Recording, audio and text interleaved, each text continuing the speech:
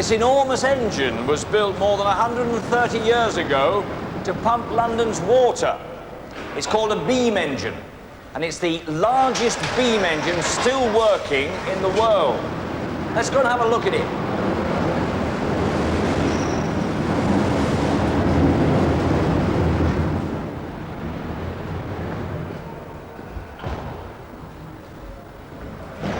And here at the top is the beam.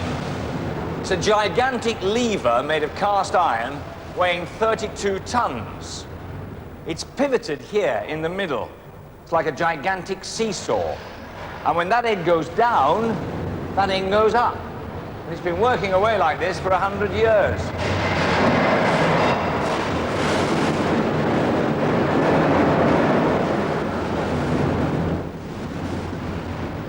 Beverley and Malcolm are using another lever.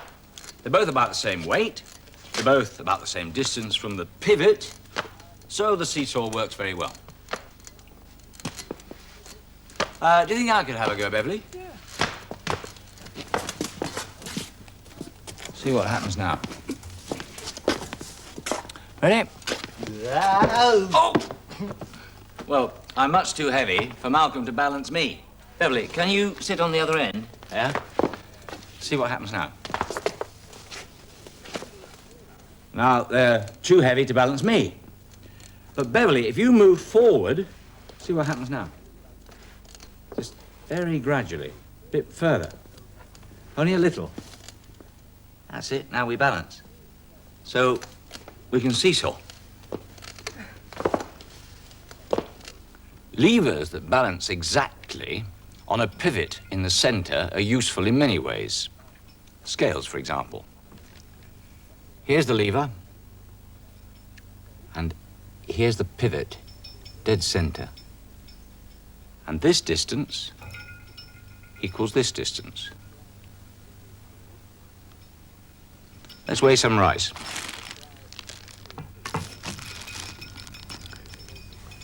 We'll try a 2-kilogram weight. Now, that's not heavy enough to balance the rice, so we'll have to have another weight. We'll try a 200-gram weight, and that's still not heavy enough. We'll add 100 grams. Now, that's too heavy. So we'll have to replace that with a lighter weight, 50 grams. When the lever balances, it means the two scales are exactly equal in weight. It balances when the pointer stays on the center mark. So, the weights add up to 2 kilos, 250 grams.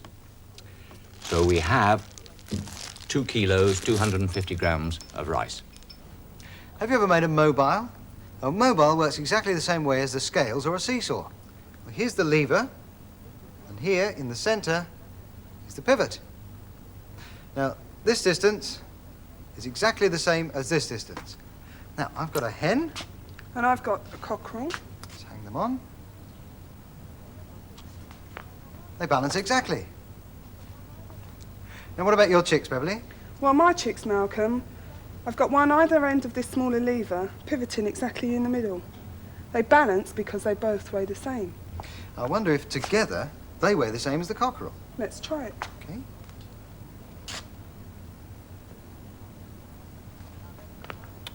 It balances.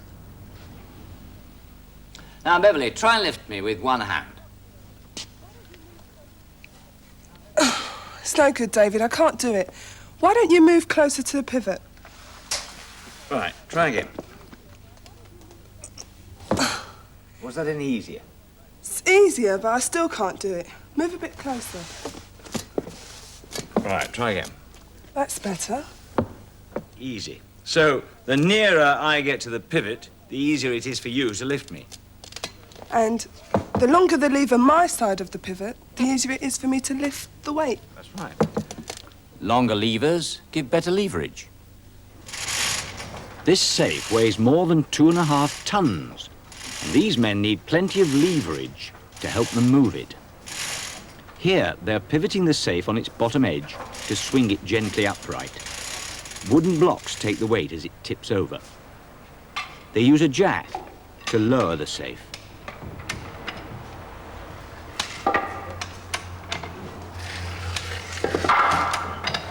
When it's nearly level, the foreman slides a roller under.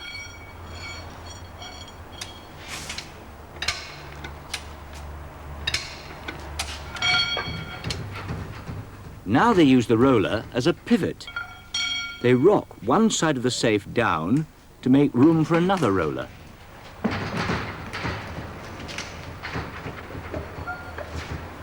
Then they take up the back roller, pivot the safe, and put the roller at the front.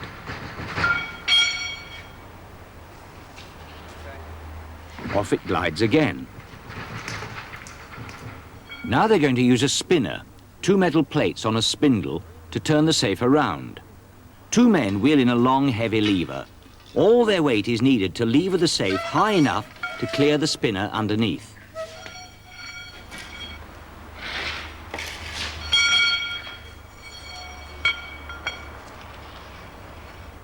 They lever the safe carefully down on top of the spinner. The safe pivots on the spinner, smoothly and easily into the final position.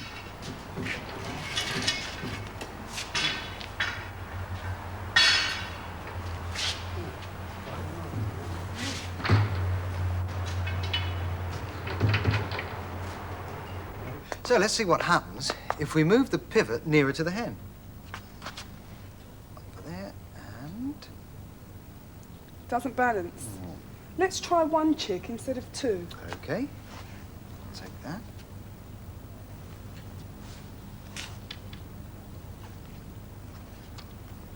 Oops. Well, that balances. So, when the pivot is nearer the hen, we need less weight at your end. Well, let's see what happens if we move the pivot further away from the hen.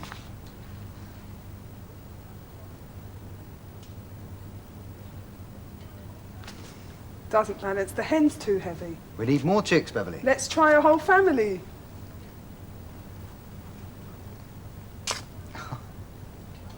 Right. It balances. This off-centre pivot is useful for weighing things too. It's called a steel yard. A yard of steel. And here's the pivot. As you can see, well off-centre. You hang what you need to weigh on the short arm here, very near to the pivot. And the long arm is graduated, and it has this moving weight.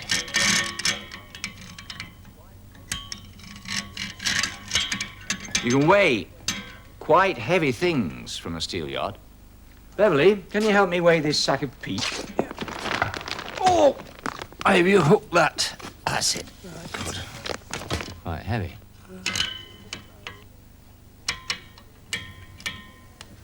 This peat weighs 26 kilos. Now, if you put the weight back to naught, Right. don't get hit by the arm. No, just ease it off there. Thanks. There you are. That looks good. Can I have a go? Certainly. Just step in the sack here. In the sack. Oh, right. Okay. What's, I don't quite understand what's happening. Well, that's quite simple. Put over there. That should go on there, shouldn't it? Right. And that And that one on there, right. I'll get it up. I'll just take the box away. Take the box. Right, now allowing half a kilo for the weight of this sack, Yeah. he weighs... Ooh.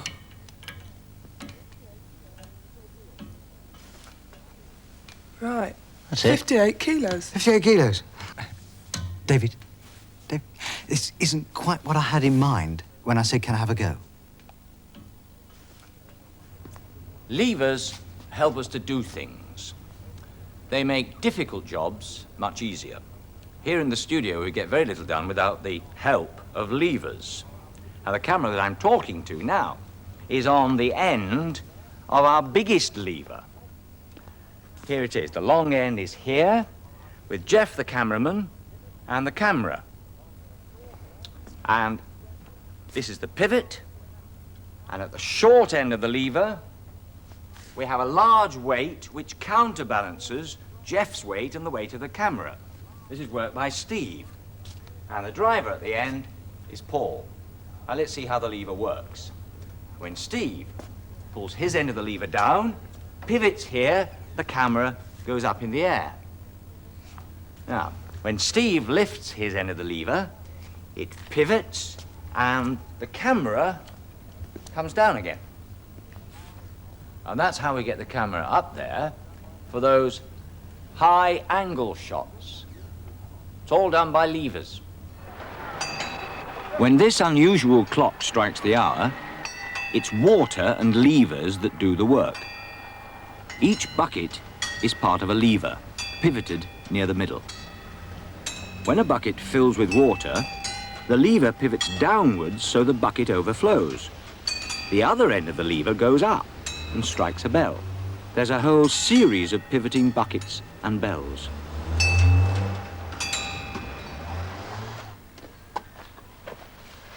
Tim Hunkin designed the water clock.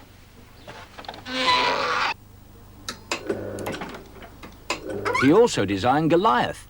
Remember, we saw Goliath last week cracking a Brazil nut. Here are some more of the figures Tim has made. They're meant to be people visiting an art exhibition, and they're all designed to move. I've made, as you can see, I've made several of these figures. I'm not actually quite sure if they're looking at the work of art or if they're looking at me.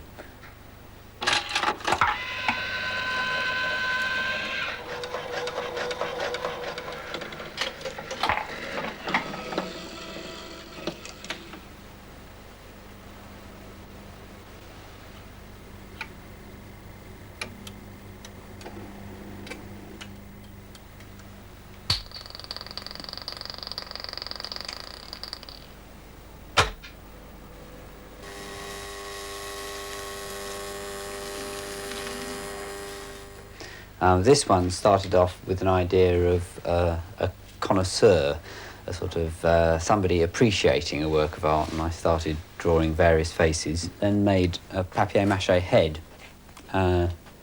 There it is, and there he is looking at the painting. And what I decided I wanted him to do, I wanted him to peer forward at the painting and put on his specs. The thing is, if you just sort of peer forward with your neck rigid, you're no longer looking at the painting, which is sort of up there. So I had to devise a method that his head would stay looking in the same direction as his body moved. And it's all done with levers and pivots, as you can see. His head stays looking roughly in the same direction as he moves forward. I've attached the head to the two parallel levers, and I think you can, with hinges, and you can just about see as the head moves backwards and forwards that he stays looking in the same direction. Well, I've now made a base for the levers to sit on. This is the figure's waist, I suppose.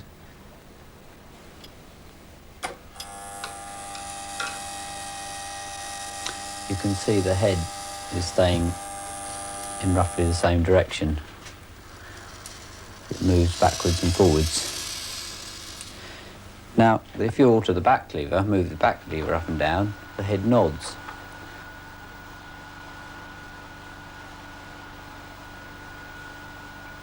Then I just had to make the body, that just slip over the head. Right, so the last thing is to get the arm moving, and I did that with this cord on the back, which is the classic lever, the pivot in the middle, and this side goes down and the arm goes up, and I simply attached the cord to the base. I think you'll see.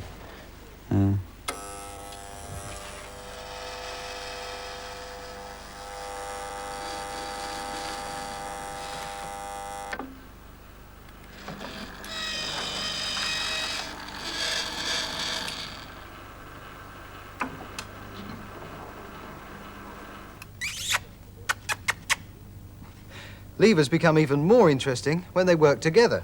Now, these lazy tongs are really just pairs of levers sharing the same pivot. And scissors are a pair of levers sharing the same pivot. Now, have you ever noticed that if you try and cut a piece of paper or card, if you use the tips of the scissors furthest away from the pivot, it's really very difficult. If you cut nearer the pivot, it's much easier. But even with these very sharp scissors, it's not all that easy. What we need is longer handles. This will give us much more leverage. Easy. But even with longer handles and sharp scissors, I can't cut through metal. But with these I can. With those long handles, plenty of leverage there. And long handles can be very helpful to people without much muscle power. Vince loves gardening. Long-handle secateurs help him reach the branches better from his wheelchair. This special one-handed cutter is worked by a lever in the handle.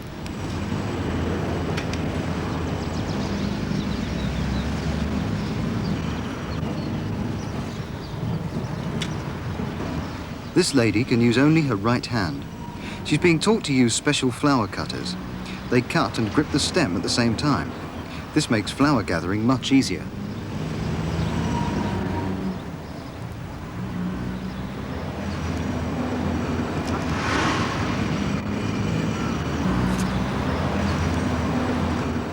People who can't bend very well or have a weak grip can get good leverage with a weeding fork that has an extra long handle, like this one.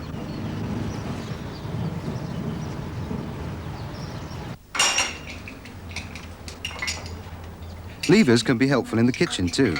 This one's called a helping hand.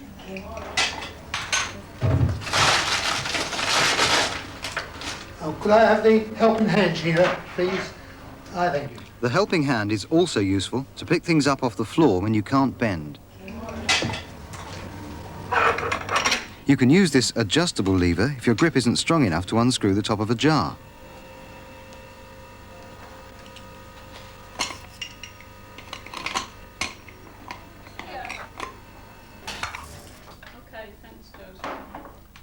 Well, that's just about all for Science Workshop for this year. Hope you've enjoyed it as much as we have. Before we go, though, one more lever, one more surprise. It's much harder to close a safety pin if you press near the pivot than if you press away from the pivot. And this is one lever I'll be seeing a lot of. You see, this is my new baby daughter, Lydia. There we are. Come on then. And she's beautiful. I'm glad you think so. Mind you, that's a lever that you don't have to mess about with too much, is it? No, you have to be... See you next year. Bye. Goodbye. Bye. Bye. Thank you.